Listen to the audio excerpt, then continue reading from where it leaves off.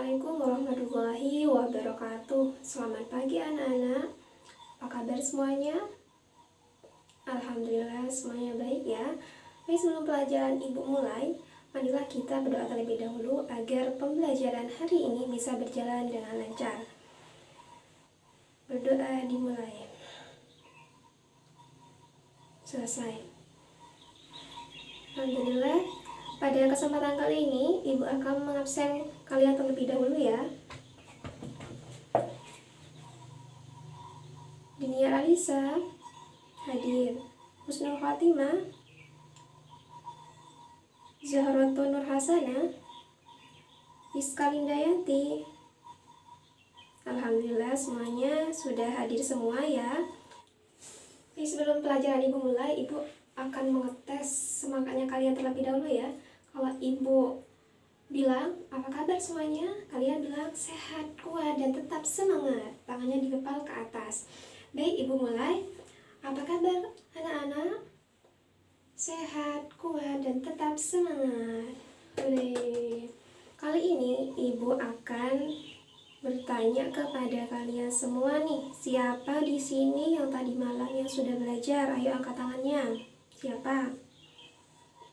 Alhamdulillah semuanya belajar semua ya. Baik, untuk mereview pembelajaran minggu lalu, ada yang masih ingat kita membahas tentang apa sih? Nah, betul sekali. Jadi kita minggu kemarin membahas mengenai sumber daya alam dan kemaritiman Indonesia. Jadi, pada kesempatan minggu lalu kita membahas mengenai beberapa sumber daya alam. Ada yang masih ingat tentang apa saja sumber daya alam itu? Nah, betul sekali. Jadi, sumber daya alam itu dibagi menjadi berdasarkan sifatnya. Jadi, ada sumber daya alam yang dapat diperbarui, dan kemudian yang kedua, sumber daya alam yang tidak dapat diperbarui. Apa sih itu yang disebut sumber daya alam yang dapat diperbarui? Ada yang masih ingat? Nah, betul sekali. Jadi, sumber daya alam yang dapat diperbarui adalah semua bahan yang dari alam apabila diterus digunakan tidak akan habis. Karena apa? Karena dapat didaur ulang dan dapat tumbuh. Kemudian yang kedua, mengenai sumber daya alam yang tidak dapat diperbarui. Kenapa disebut begitu? Rizka? Nah, betul. Jadi, menurut Rizka, sumber daya alam yang tidak dapat diperbarui merupakan semua bahan yang berasal dari alam apabila terus-menerus digunakan maka akan habis karena membutuhkan waktu yang sangat lama, yaitu membutuhkan waktu 100 tahun bahkan 1000 tahun. Nah, ternyata lama sekali ya pembentukan sumber daya alam yang tidak dapat diperbarui. Contohnya seperti apa sih? Ada yang tahu? Nah, betul. Jadi contohnya seperti barang tambang, emas, nikel, dan perak, dan lain sebagainya. Nah, pada kali ini kita akan membahas mengenai berbagai sumber daya alam yang ada di Indonesia. Ada yang bisa menyebutkan apa saja sih potensi sumber daya alam yang dimiliki Indonesia? Nah, betul, seperti kelautan, pertanian, hutan, dan lain sebagainya. Nah, ternyata sumber daya alam yang dihasilkan negara kita ternyata banyak sekali ya. Namun pada kali ini kita hanya membahas mengenai potensi sumber daya alam berupa hutan. Nah, tujuan pembelajaran hari ini yang pertama, siswa dapat menyebutkan berbagai potensi sumber daya alam berupa hutan yang ada di dalamnya. Kemudian yang kedua, siswa dapat mengetahui berbagai jenis-jenis hutan yang ada di Indonesia. Yang ketiga, siswa dapat menyebutkan manfaat dari adanya hutan. Nah, jadi definisi hutan sendiri merupakan suatu wilayah yang di dalamnya terdapat berbagai jenis-jenis tumbuhan seperti pohon, jamur, jenis tumbuhan paku, dan rempah-rempah, dan lain sebagainya. Jadi di Indonesia sendiri banyak memiliki berbagai jenis hutan. Nah, hutan di Indonesia memiliki sekitar 99,6 juta hektar atau setara dengan 52,3% dari luas wilayah Indonesia. Nah, hutan tersebut masih kita dapat dilihat di berbagai wilayah Indonesia seperti Papua, Sumatera, Sulawesi, dan Kalimantan. Nah, jadi di dalam hutan tersebut ada berbagai jenis-jenis pohon, yaitu sekitar 4.000 jenis pohon di antara 267 yang memiliki nilai ekonomis yang sangat tinggi. Jadi di dalam hutan ada berbagai jenis-jenis pohon, yakni setidaknya ada 4 jenis pohon. Yang pertama yaitu kayu akasia. Nah, kayu akasia ini tersebar di wilayah Papua, Sulawesi, dan Kalimantan. Kemudian yang kedua, kayu jenis rotan. Nah, kayu jenis rotan ini tersebar di Sumatera Utara dan Sumatera Barat. Kemudian yang ketiga yaitu kayu jati. Nah, kayu jati ini anak-anak tersebar di banyak tersebar di wilayah Jawa Tengah. Kemudian yang terakhir mengenai kayu akasia. Nah, kayu akasia ini tersebar di Jawa Barat. Wah, ternyata ada berbagai jenis pohon yang ada di dalam hutan Indonesia. Jadi kita bersyukur ya bisa tinggal di negara Indonesia tercinta ini. Kemudian, jadi di dalam negara Indonesia ada berbagai jenis-jenis hutan. Yang pertama yaitu hutan tropis. Nah, hutan tropis ini banyak kita jumpai di negara Indonesia. Nah, hutan hujan tropis ini memiliki ciri khusus. Yang pertama yaitu memiliki pohon yang sangat tinggi, berdaun lebar, dan sangat lebat sekali. Kemudian yang kedua mengenai jenis hutan jenis hutan sabana. Nah, betul sekali. Jadi jenis hutan sabana, mungkin ada yang pernah lihat hutan sabana itu seperti apa sih?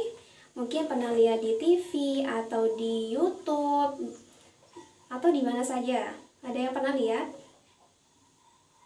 Rizka pernah? Nah, iya betul sekali.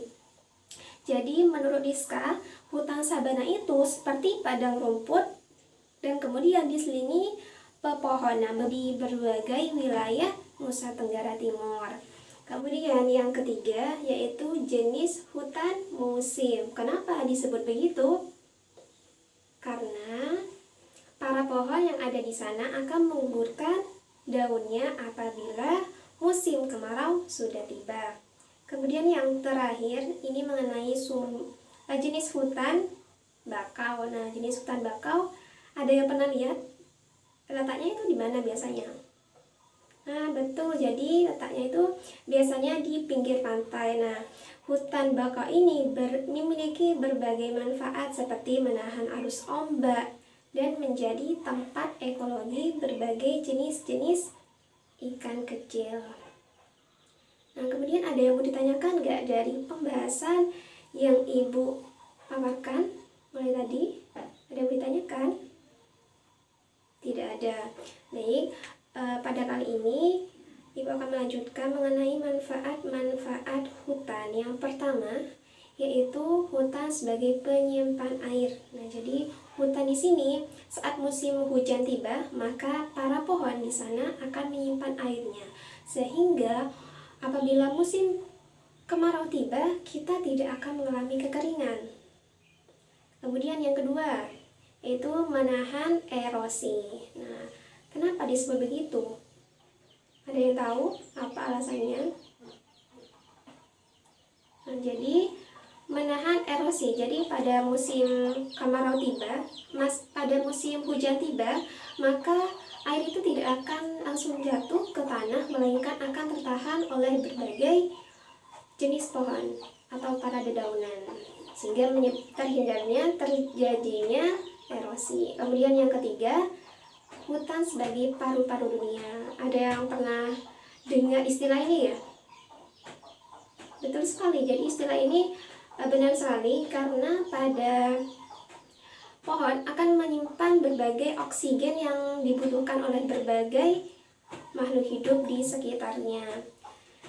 Jadi sehingga suhu di udara di Indonesia ini akan menjadi seimbang. Kemudian yang keempat, sama masyarakat dimanfaatkan.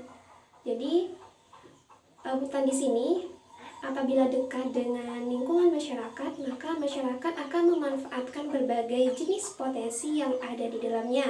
Mungkin seperti imbahnya bisa memasak dengan tungku ya, biasanya pakai kayu ya. Nah, jadi itu bisa memanfaatkan seperti kayu-kayunya atau daunnya untuk makanan ternak hewan. Kemudian yang terakhir, ini mengenai hutan sebagai tempat tinggal flora dan fauna. Nah, jadi pada hutan memiliki tempat alami berbagai flora dan fauna. Wah, ternyata banyak sekali ya manfaat yang ditimbulkan dengan adanya hutan di sini. Nah, ada yang mau ditanyakan nggak dari pembahasan yang Ibu paparkan mulai tadi? Ada yang tanya? Nah ya, jadi pertanyaannya mengenai mengapa Jawa tidak disebutkan adanya berbagai jenis hutan. Nah, jadi pada beberapa tahun Jawa di sini banyak beralih fungsi sebagai pertanian dan tempat pemukiman warga. Jadi di Jawa sendiri ekologi hutan sudah banyak yang berkurang. Itu ya jawabannya. Ada yang bertanya lagi? Tidak ada. Jadi pada kali ini Ibu akan memberi kalian tugas, yakni kalian buka buku LKS-nya. Itu ada di halaman 115. Itu ada soal uraian 1 sampai 5. Nah, jadi itu dikerjakan di rumah ya, dibuat PR, jadi minggu depan dikumpulkan. Nah, pada kali ini kita sudah ada di ujung akhir pembelajaran. Siapa nih yang mau menyimpulkan pembelajaran hari ini? Siapa yang berani? Ya, Sadam. Nah, betul. Tepuk tangan buat Sadam. Nah, jadi Ibu akan menambahi sedikit pemaparan kesimpulan pada kali ini. Jadi kesimpulan kali ini kita sudah membahas mengenai berbagai jenis potensi yang dihasilkan oleh hutan, manfaatnya, dan jenis-jenis hutan, dan berbagai manfaat yang dihasilkan oleh hutan. Wah, ternyata banyak sekali ya.